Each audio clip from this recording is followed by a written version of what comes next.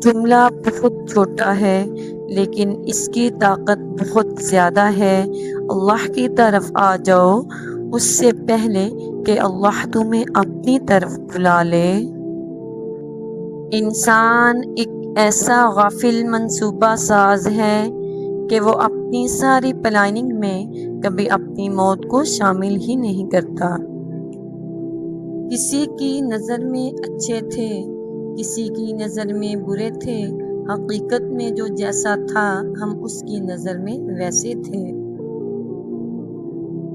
ہر چیز کا صدقہ ہوتا ہے اور عقل کا صدقہ یہ ہے کہ جاہل کی بات سن کر برداشت کی جائے۔ کم ظرف لوگ، جتنی مرضی عزت کر لو، جتنا مرضی خیال کر لو، کم ظرف لوگ آخر اپنی اوقات دکھا ہی دیتے ہیں۔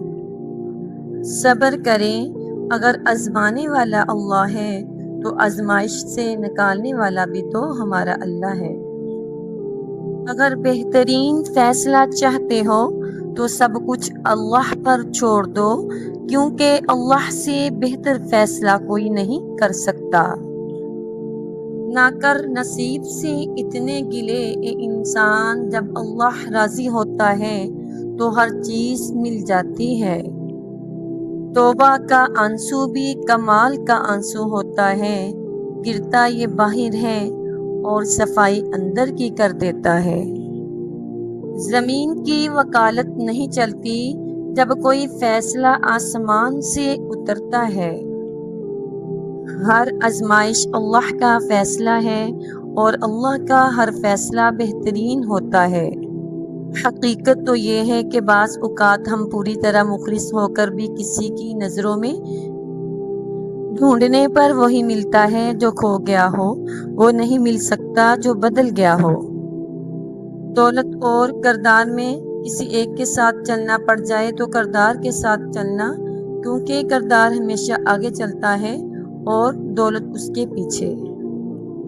اگر کسی کا آنسو تمہاری وجہ سے گر گیا تو روز محشر اس کے قرض دار بن جاؤ گے۔ آپ کتنے ٹوٹے ہوئے ہیں یہ کوئی بڑی بات نہیں، آپ نے خود کو کتنا سنبھالا ہوا ہے یہ بڑی بات ہے۔ اگر کبھی کسی چیز کا غرور آنے لگے تو ایک چکر قبرستان کا لگا لیا کرو، وہاں آپ سے بھی بہتر انسان مٹی کے نیچے دفن ہے۔ جو لوگوں کا درد محسوس کرتے ہیں وہ کبھی دوسروں کے درد کی وجہ نہیں بنتے۔ محبت اور عبادت بتائی نہیں جاتی، بس کی جاتی ہے۔ دل کی قیمت نہیں لیکن زبان کا میٹھا بول دل کو خرید لیتا ہے۔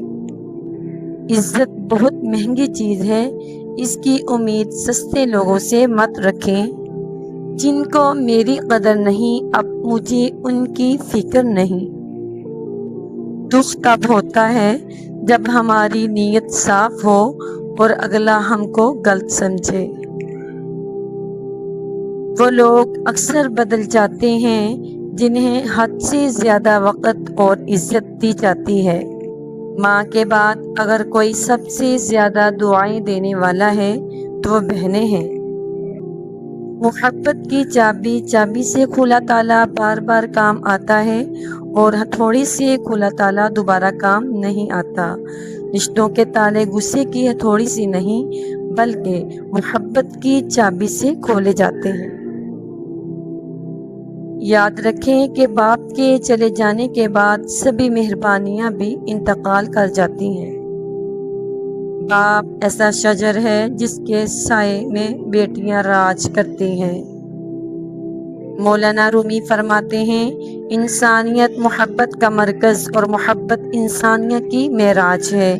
اگر میرا علم مجھے انسان سے محبت اور رحم کرنا نہیں سکھاتا تو ایک جاہل مجھ سے 1000 درجہ بہتر ہے۔